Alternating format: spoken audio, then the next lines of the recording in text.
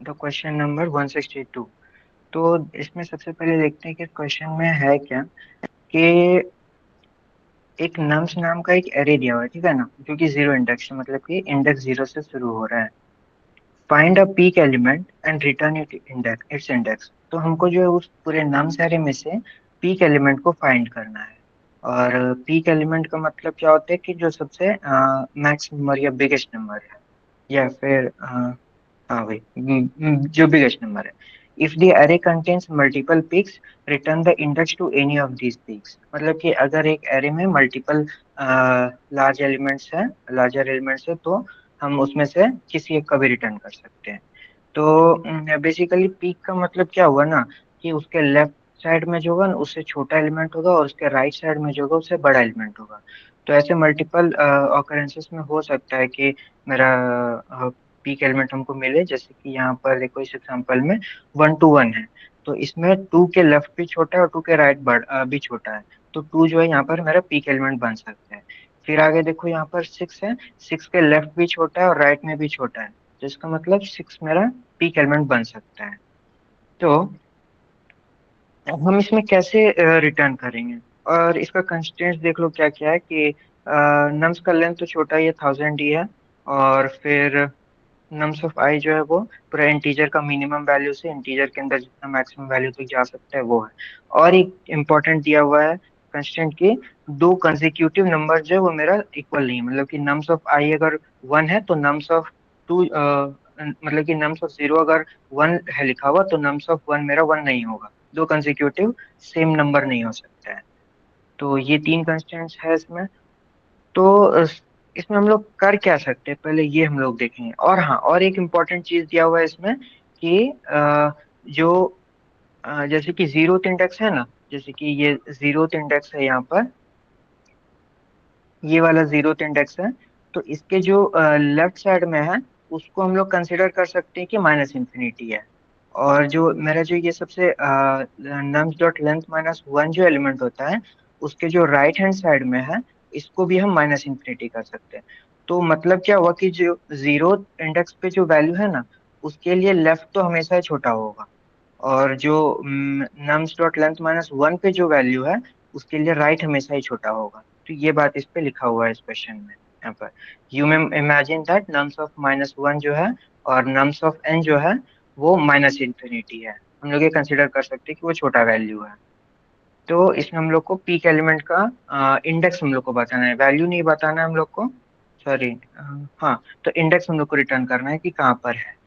तो सबसे पहले हम लोग क्या कर सकते हैं इसमें, इसका ब्रूट फोर्स सॉल्यूशन क्या हम लोग के दिमाग में आ सकता है, कि देखो क्या है इसमें।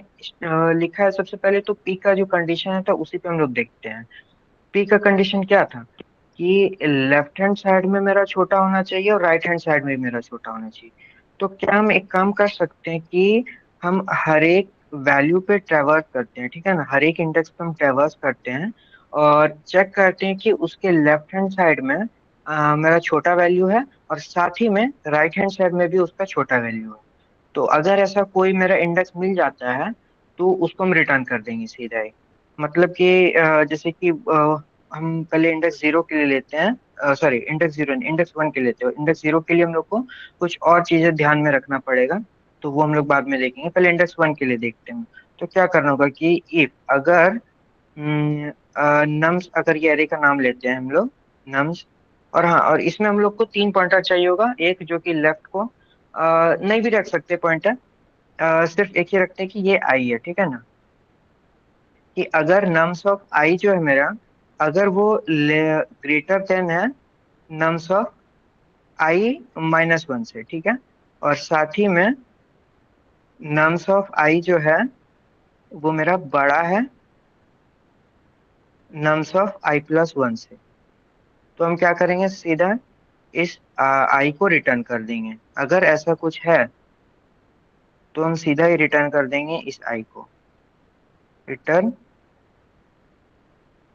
आई।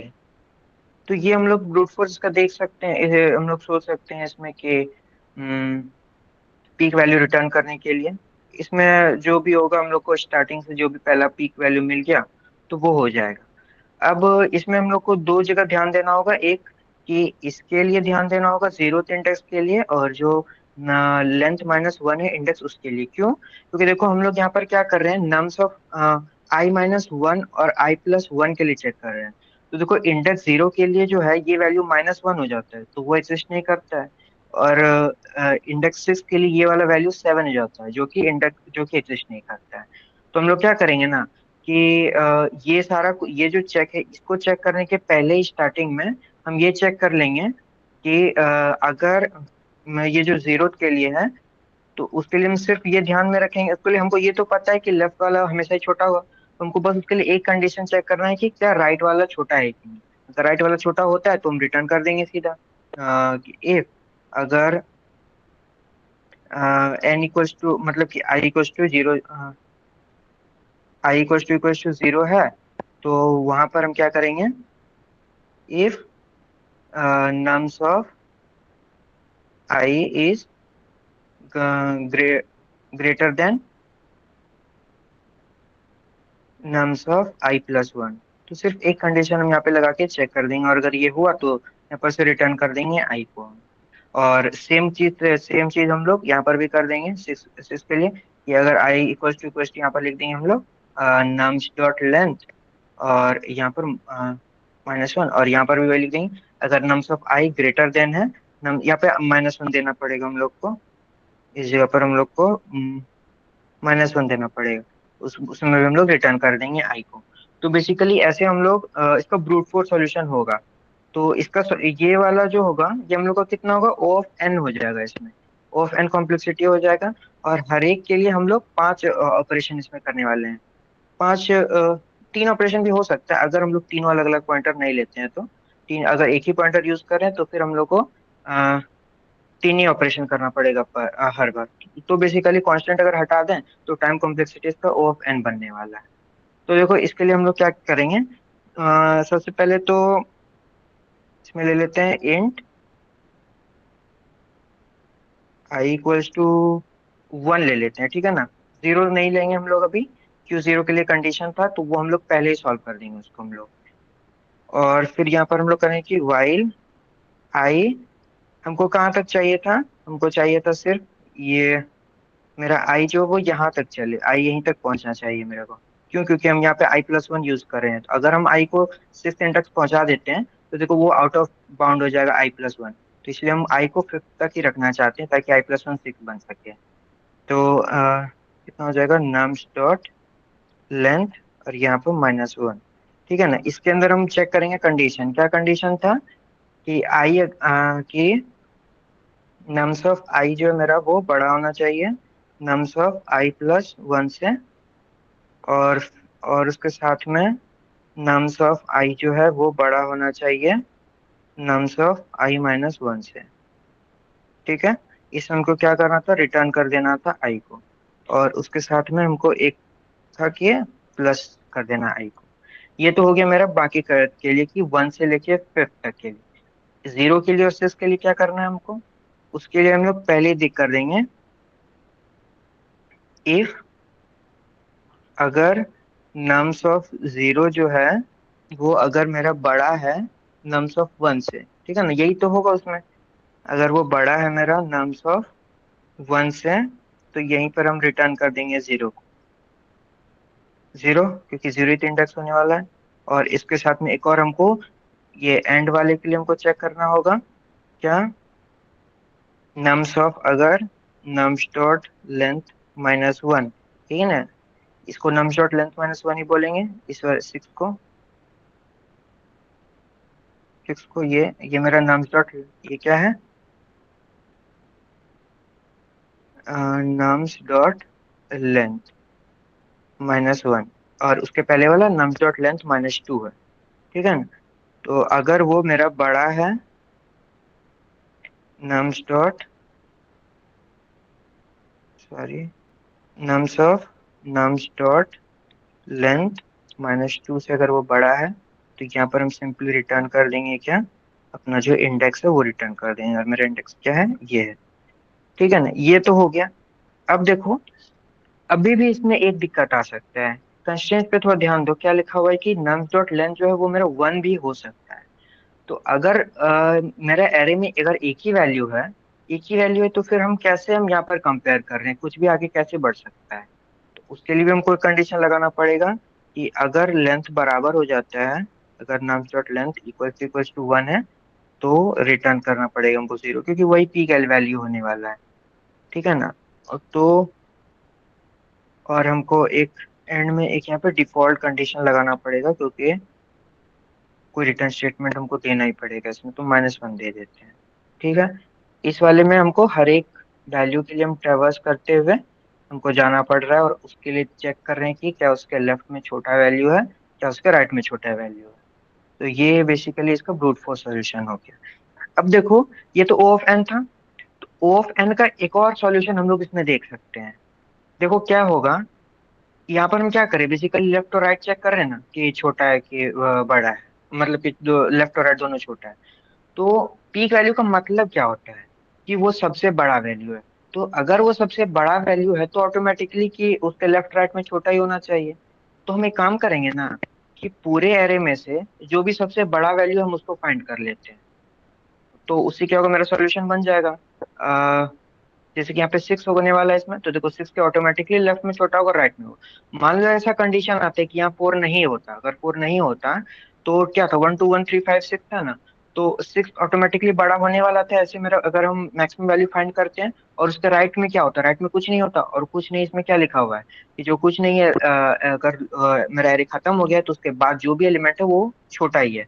तो 6 ऑटोमेटिकली मेरा सबसे बड़ा वैल्यू होने, इसमें पीक एलिमेंट बन जाता है। अगर मान लो कि वो स्टार्टिंग में ही मेरा मैक्स पीक वैल्यू आ जाता है, तो स्टार्टिंग से पीक मैक्स वैल्यू वही रहने वाला है। और उसके लेफ्ट में तो ऑटोमेटिक पहले से वो छोटा है। और राइट में हम लोग पीक अगर वो है, मैक्स वैल्यू है, तो राइट में उसे छोटा होना ही चाहिए ऑब्वियसली।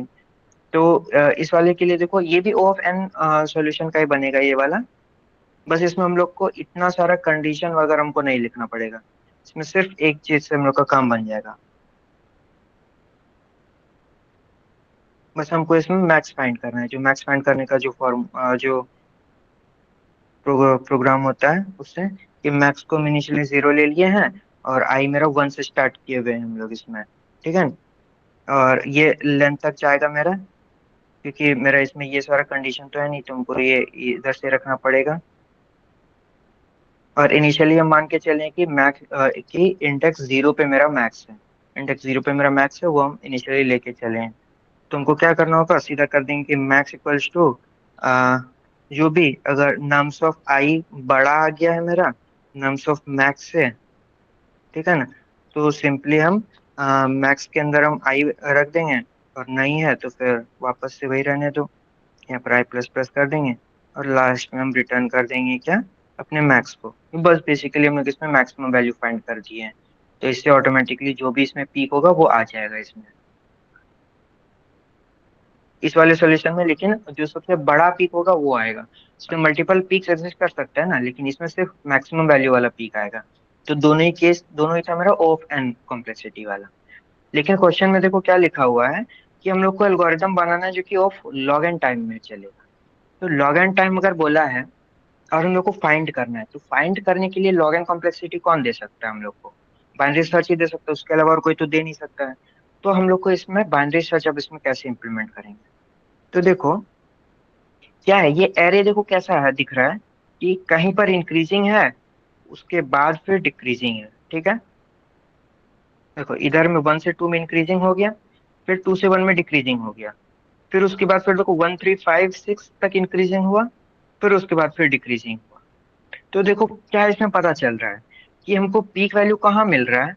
हमको पीक वैल्यू मिल रहा है जिसके कि जहां पर मेरा ऑर्डर चेंज हो रहा है, मतलब कि इंक्रीजिंग से डिक्रीजिंग में हो रहा है। जैसे कि ऐसा एक जैसे माउंटेन होता है ना, ये ऊपर गया, फिर उसके बाद फिर डिक्रीज हुआ, तो ये इंक्रीजिंग स्लोप हो गया। ये डिक्री सॉरी, ये इंक्रीजिंग ऊपर जाने वाला हो गया, और ये डिक्रीजिंग वाला हो गया। फिर ये इंक्रीजिंग साइड आया, उसके बाद फिर वापस से डिक्रीजिंग साइड आया। तो ऐसा समझ लो कि ना कि 1 2 है ना, तो 1 इधर में है, 2 इधर है, उसके बाद फिर क्या है, उसके बाद 1 इधर है, फिर 3 है, 5 है, फिर 6 है, और उसके बाद फिर एंड में 4 है। तो हमको क्या करना होगा इसमें देखो कि बेसिकली हम लोग इसमें बाइनरी सर्च कैसे लगाएंगे कि जो भी मेरा अभी मिड आ रहा है ना, मिड के चेक कर लेंगे कि मिड के लेफ्ट हैंड साइड में क्या छोटा वैल्यू है। जैसे कि हम लोग चेक कर लेंगे इसमें इफ अभी तुरंत समृद्धि बताई होगी ना कि मिड उसमें कैसे निकालते हैं, high plus low by to कर सकते हैं अगर छोटा वैल्यू है तो। जैसे कि इसमें 1000 है हम लोग का कंस्ट्रेंट्स में, तो 1000 के लिए हम लोग low plus high by two easily कर सकते हैं। लेकिन अगर बड़ा वैल्यू रहता तो उसके लिए फॉर्मूला होता है कि low plus high minus low by two अलग करके। तो हम लोग यहाँ पे सिंपली हम लोग यही वाला यूज करेंगे, लो प्लस हाई बाय टू, क्योंकि छोटा इन कंस्ट्रेंट है। तो सबसे पहले तो मिड निकाल लेंगे, ठीक है। उसके बाद हम लोग चेक करेंगे कि क्या मेरा नम्स ऑफ मिड जो है, मिड जो है क्या वो मेरा बेसिकली सेम यही यही फॉर्मूला लगने वाला है। सिर्फ यहाँ आई है ना, आई के जगह पे बस मिड मिड मिड आ जाएगा कि क्या nums of mid plus mid plus one से बड़ा है, और उसके साथ में ही कि क्या मेरा नम्स ऑफ मिड जो है वो मेरा छोटा है nums of mid minus one से, nums of mid minus one से छोटा है, ठीक है ना। तो देखो ये इसका मतलब क्या हुआ, ये जो लिखे हैं इसका मतलब क्या हुआ कि हमको ये मिल चुका है। ये जो पीक है कि जिसके लेफ्ट हैंड साइड में छोटा वैल्यू है, इधर लेफ्ट साइड में छोटा वैल्यू, राइट हैंड साइड में छोटा वैल्यू, तो ऑटोमेटिक हमको पीक मिल चुका है। और फिर अगर नहीं मिलता है तो क्या करते चेक करेंगे, अगर नहीं मिलता है तो चेक करेंगे। मान लो हम लैंड करते हैं मिड पे थ्री में, ठीक है। यहाँ पर हम मिड पे लैंड करते हैं कैलकुलेशन करने के बाद, तो हम चेक करेंगे ना कि क्या जो अगला वैल्यू है मिड का, ठीक है ना, अगला वैल्यू अगर बड़ा है तो इसका मतलब क्या है, हम इंक्रीजिंग वाले साइड पे हैं अभी। अगर हम अभी इंक्रीजिंग वाले साइड पे हैं, ठीक है ना, तो हम ये एकदम कंफर्म है कि आगे हमको एक बड़ा वैल्यू मिलेगा, क्योंकि हम इंक्रीजिंग साइड पे हैं। मान लो कि अगर ये नहीं रहता है एक बार के लिए, इतना टपाट नहीं रहता है, तो भी हमको पता है कि सिक्स के बाद अगर कुछ नहीं है तो वो छोटा वैल्यू है, क्योंकि लिखा है इसमें कि जो भी एरे के बाहर है वो मेरा माइनस इन्फिनिटी की तरफ है। तो अगर हमको दिख रहा है कि मिड से आगे भी कोई बड़ा वैल्यू हो, तो हमको ऑब्वियसली कि आगे एक हमको पीक वैल्यू मिलने ही वाला है।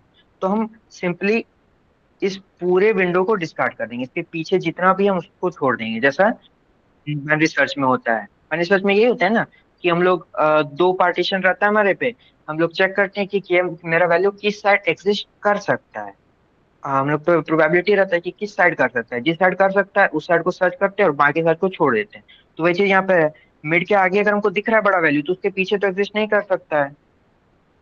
हो सकता है ये वाला हो, लेकिन हम लोग उसको छोड़ दे रहे हैं क्योंकि हमको एक ही फाइंड करना है ना, हमको मल्टीपल फाइंड तो करना नहीं, हमको एक ही फाइंड करना है। तो हमको जब दिख रहा है कि इसके राइट हैंड साइड में, यहाँ पर राइट हैंड साइड में बड़ा वैल्यू है, तो इसका मतलब आगे पिक होने वाला है। और अगर ये नहीं है, मान लो हम डिक्रीजिंग साइड पे लैंड करते हैं, मान लो कि यहाँ पे भी फाइव होता है, ठीक है ना, और हम लैंड करते हैं यहाँ पे मिड पे, यहाँ पे लैंड करते हैं, तो इसके आगे हमको क्या दिख रहा है, इसके आगे हम जाएंगे मिड के आगे तो देखो हमको छोटा वैल्यू दिख रहा है। तुमको ये पता है कि अगर आगे बढ़ेंगे तो हमको छोटा वैल्यू मिलेगा। हो सकता है कि इधर आने पे और भी बड़ा वैल्यू मिल सकता है, लेकिन अभी के लिए तो नहीं है ना।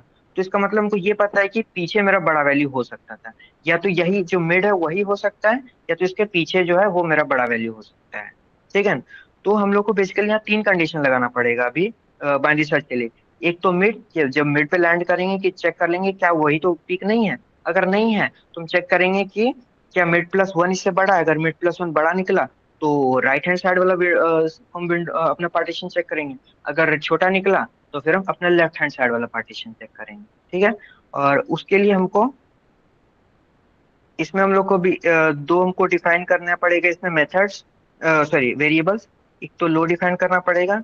लो को देखो हम क्या रखेंगे, इसमें देखो इसमें जैसा पहला वाला था ना हम लोग का, कि इसमें कुछ तो डिफिकल्टी आया था ना जीरो पे और सिक्स पे, कि हम यहाँ पे माइनस वन चेक नहीं कर पा रहे, प्लस वन चेक नहीं कर पा रहे। और देखो वही चीज यहाँ पे है कि माइनस वन चेक नहीं कर पा रहे और सॉरी प्लस वन नहीं कर पाएंगे और माइनस वन नहीं चेक कर पाएंगे अगर मिड मेरा मिड जो मेरा ये पहला इंडेक्स आ गया या फिर लास्ट इंडेक्स आ गया।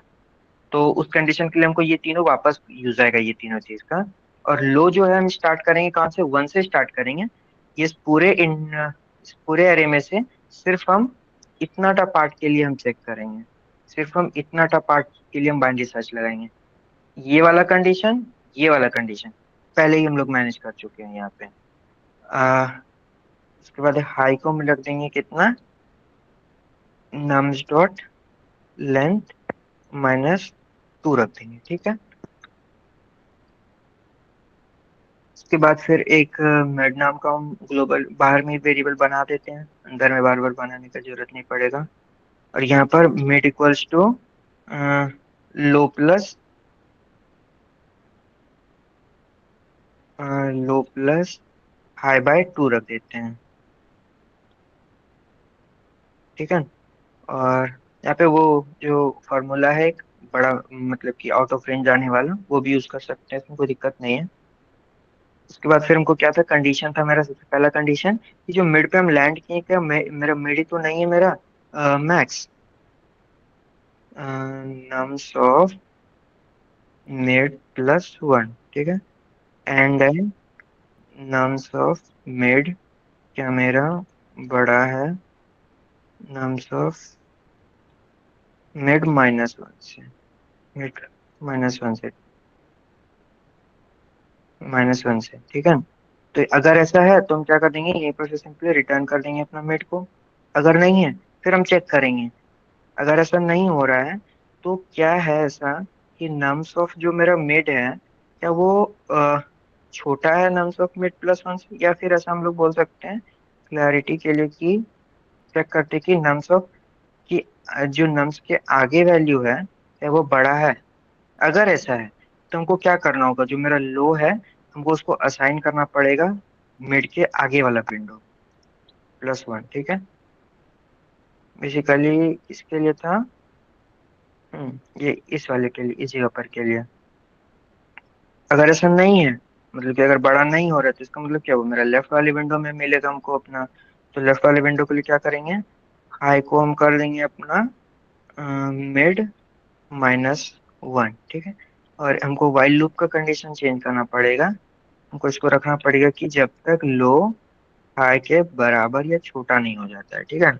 और लास्ट में हमको रिटर्न करना होगा, इसमें तो उधर मिल ही जाएगा, यहाँ पर बेसिकली माइनस वन हम रिटर्न कर देते हैं। ठीक है। तो देखो इस वाले का कॉम्प्लेक्सिटी तो मेरा लॉग एन आ गया, क्योंकि बाइनरी सर्च हम लोग बेसिकली यूज किए हैं यहाँ पे। तो अभी इस वाले में देखो क्या हो रहा है हम लोग का ना, कि हम लोग एक्सप्लिसिटली हम लोग मिड को और पीक को हम लोग फाइंड कर रहे हैं एक्सप्लिसिटली। ये देखो जो रिटर्न जो मिड होगा, मेरा मिड कहाँ से रिटर्न होगा, इसी वाले से रिटर्न होगा। इधर तो रिटर्न नहीं हुआ, ये मिड तो है नहीं, ये तो बस है कि डिफॉल्ट हमको एक इंटीजर रिटर्न करना था तो हम दे दिए बस। तो एक्सप्लिसिटली हम लोग यहाँ पर इसको हम लोग कर रहे हैं। तो और हमको इस चीज को हमको इम्प्लीमेंट करने के लिए देखो क्या करना पड़ेगा, क्योंकि इसमें प्लस वन और माइनस वन आ रहा था, उसके लिए हमको ये तीन कंडीशन अलग से ऊपर में लिखना पड़ा हैंडल करने के लिए। तो इसका एक क्लीनर अप्रोच और हम लोग इसमें इम्प्लीमेंट कर सकते हैं। यहाँ पे हम लोग क्या करें ना, कि हम लोग पीक को नहीं देखेंगे, ठीक है ना। बस हम ये गेस करेंगे कि मेरा पीक किस साइड हो सकता है, और जिस साइड हो सकता है उधर हम अपना विंडो को श्रिंक करवाते रहेंगे, लेफ्ट और राइट हैंड साइड से, दोनों साइड से श्रिंक करते करते ऑटोमेटिक मेरा जो हाई और लो है ना, वो एक ऐसा वैल्यू पे, हाई इक्वल टू लो ऐसा वैल्यू पे आके रुक जाएगा जहां पर पीक होने वाला है। उसके लिए हमको इन सब चीज का कोई जरूरत नहीं पड़ेगा। ये क्लीनर अप्रोच है बस इसका, बाकी और कुछ नहीं है इसमें। सेम वही इसमें भी बाइनरी सर्च होने वाला है इसमें यूज। हमको इसमें जीरो से स्टार्ट करेंगे, फुल विंडो इसमें सर्च करेंगे, मतलब कि फुल एरे को अपना सर्च करेंगे। और सेम यही चीज रहेगा, बस हमको ये चीज हम लोग हटा देंगे इसमें रिटर्न करने का, कि एक्सप्लिसिटली अब हम फाइंड नहीं करेंगे, मेरा विंडो अपने आप छोटा होते होते फाइंड होगा। ठीक है।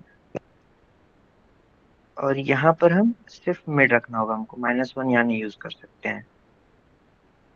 और हमको एंड में यहाँ पर करना होगा क्या, रिटर्न हाई या लो में से किसी को भी रिटर्न कर सकते हैं, क्योंकि वो automatically high equal to low ही होने वाला है। इस वाले को देखेंगे अब हम लोग कि ये वाला कैसे काम कर रहा है वो वाला से। देखो वही पूरा बाइनरी सर्च ही हम लोग यहाँ पे यूज किए हैं, बस ये थोड़ा क्लीनर अप्रोच है। इस वाले में देखो क्या हो रहा है ना, कि हम लोग ये वाला कंडीशन को एलिमिनेट कर दे रहे हैं, ये वाला कंडीशन को हम लोग नहीं यूज कर रहे हैं। बस हम ये कर रहे हैं ना कि जैसे कि ये वाला एरे को यूज करते हैं हम लोग। क्या था ये वाला एरे, 1 2 1 3 5 6 4, 1 2 1 3 5 6 4। ठीक है। इसमें देखो हम लोग क्या करेंगे, सबसे पहले एक लेफ्ट रहेगा मेरा, ठीक है, एक राइट रहेगा मेरा। 0 1 2 3 4 5 6, ठीक है। लेफ्ट राइट है, और हमको एक मिड चाहिए होगा। मिड मेरा कितना है अभी? 6, तो 3 पे मिड हो जाएगा मेरा, ये वाला मिड बन जाएगा। ये मेरा मिड हो जाएगा, ठीक है। चेक करेंगे कि क्या मेरा मिड प्लस वन क्या है, 4 है, मिड प्लस वन क्या है, 5 है, मतलब मिड प्लस वन पे वैल्यू कितना है, 5 है। तो क्या वो बड़ा है? तो हाँ बड़ा है। तो हम क्या करेंगे, सिंपली अपना लो को इस पे असाइन कर देंगे, ठीक है। यहाँ से लो हट गया, लो यहाँ से हट गया, ठीक है। अब देखो, अब वापस से मिड कैलकुलेट होगा, 6 4 10, तो कितना होगा, मिड इक्वल्स टू 5 बन जाएगा। मिड कितना हो जाएगा, 5 बन जाएगा, ठीक है। तो ये मिड हो गया। अब देखेंगे क्या मिड जो मिड प्लस वन से छोटा है, मतलब कि मिड प्लस वन क्या बड़ा है, तो देखेंगे कि नहीं। तो क्या करें, सॉरी यहाँ पे राइट नहीं होगा ये, हाई इसको रखना था हमको, है। तो हाई को हम बेसिकली मिड असाइन कर देंगे, ठीक है। मिड असाइन कर देंगे, तो सॉरी मिड को हाई में मिड असाइन कर देंगे। तो क्या होगा, हाई यहाँ से हट जाएगा, और हाई अब किसको पॉइंट करेगा, हाई अब इसको पॉइंट करेगा, ठीक है। और अब देखो क्या है, 5 और 9, तो अब मिड कहाँ पे आएगा मेरा, ये सारा हट गया है। अब मिड जो है मेरा कहाँ पे आएगा, यहाँ से मिड भी हट जाएगा। अब मिड कहाँ पे आएगा, यहाँ पे आएगा। मिड अब यहाँ पे आएगा, ठीक है। अब देखो क्या होगा कि वापस से चेक होगा कि अभी भी मेरा छोटा ही है, लो लेस देन हाई है। तो वापस से कैलकुलेट होगा कि क्या मिड प्लस वन बड़ा है मिड से। अब मिड कितना होगा, 6 5 4 9, तो मिड इक्वल्स टू 4 हो जाएगा। मिड 4 है, क्या मिड जो है मिड प्लस वन क्या मिड से बड़ा है? तो हाँ, मिड प्लस वन मिड से तो बड़ा है। तो लो वापस से साइन हो जाएगा हाई को, लो असाइन हो गया हाई को, ठीक है। ये सारा कुछ अब हट गया, लो असाइन हो गया हाई को। अब चेक करेंगे क्या लो हेड से छोटा है, तो दिखेगा हमको नहीं, लो हेड से छोटा नहीं है, लोअर हेड बराबर हो गया है। तो इसका मतलब ये मेरा रिजल्ट है, ये वाला वाला रिजल्ट है। यहाँ पर कंडीशन हम लोग वाइल का इसीलिए चेंज किए, low less than equal to high के लिए। क्यों? क्योंकि देखो अगर हम यहाँ पे low less than equal to high लिख देते हैं ना, तो मेरा ये इन्फिनिट लूप में फंस जाएगा, क्योंकि हाई को यहाँ पे मिड असाइन कर रहे हैं हम लोग। तो ये इन्फिनिट लूप में फंस जाएगा इसमें, कि देखो अब क्योंकि अब लो लेस देन इक्वल टू है ना, तो लो और हाई हाई बराबर हो गया, तो बार बार 5 + 10 / 2 5 बनते रहेगा और यहीं पे आ जाएगा। और पिछले वाला में हम लोग low less than equal to high क्यों लिखे थे, क्योंकि वहां पर एक कंडीशन, अगर हम लोग वहां पे इक्वल टू नहीं लिखते ना, क्योंकि वहां देखो हाई को मिड -1 असाइन कर रहे थे, तो वो एक एलिमेंट छूट जाता है मेरा एंड में, जो पीक होने वाला था वो छूट जाएगा, इसलिए वहां पे हमको इक्वल टू रखना पड़ा। अगर उसका ये ऐसा एग्जीक्यूशन देखेगा ना, तो उसमें पता चलेगा कि वहां पे इक्वल टू क्यों आया था। और इसमें रिटर्न करेंगे लो हाई दोनों में इसको रिटर्न कर सकते हो, दोनों एक ही पे लैंड करने वाला है। तो बेसिकली यही था इसका सॉल्यूशन, ये इसका भी लॉग एन कॉम्प्लेक्सिटी होने वाला है। बस ये तो, जो हम लोग का बाइनरी सर्च का जो अप्रोच होता है उससे बस क्लीनर है, लेकिन है भी ये भी एक बाइनरी सर्च ही है बेसिकली, क्योंकि इसमें हम बस बाइनरी सर्च होता क्या है, हम लोग वहाँ पे एलिमेंट फाइंड नहीं कर रहे होते, वहाँ हम लोग पार्टीशन गेस करते हैं कि किस वाले पार्ट में मेरा सोल्यूशन हो सकता है। और उस वाले में क्या था, हम उस पार्टीशन में एक्सप्लिसिटली फाइंड कर रहे थे। और ये वाला सॉल्यूशन में क्या है कि हम अपना पार्टीशन को छोटा करते जा रहे हैं, और जहां पर भी वो एक ही वैल्यू पे आके रुक जा रहा है, इसका मतलब वही मेरा सॉल्यूशन है।